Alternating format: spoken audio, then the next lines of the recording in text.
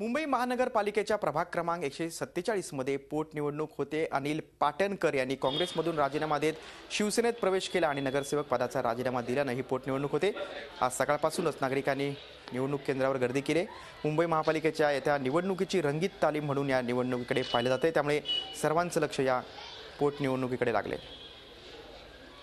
ते आपापसातच झगडतात, गुंडागिरी चालू आहे त्यांची, त्याच्यामुळे लोक 100% ठरवणार आहेत गुंडागिरी करणाऱ्या माणसाला निवडून द्यायचं आहे की माझ्यासारखा एक सर्वसामान्य कार्यकर्ता जो लोकांच्या तळागाळातून कधी सेवा करत असतो।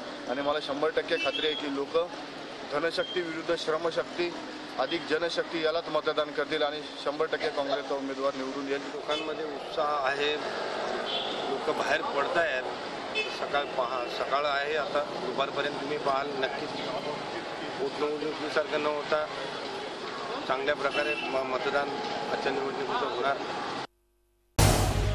झी 24 तास रहा एक पाऊल पुढे।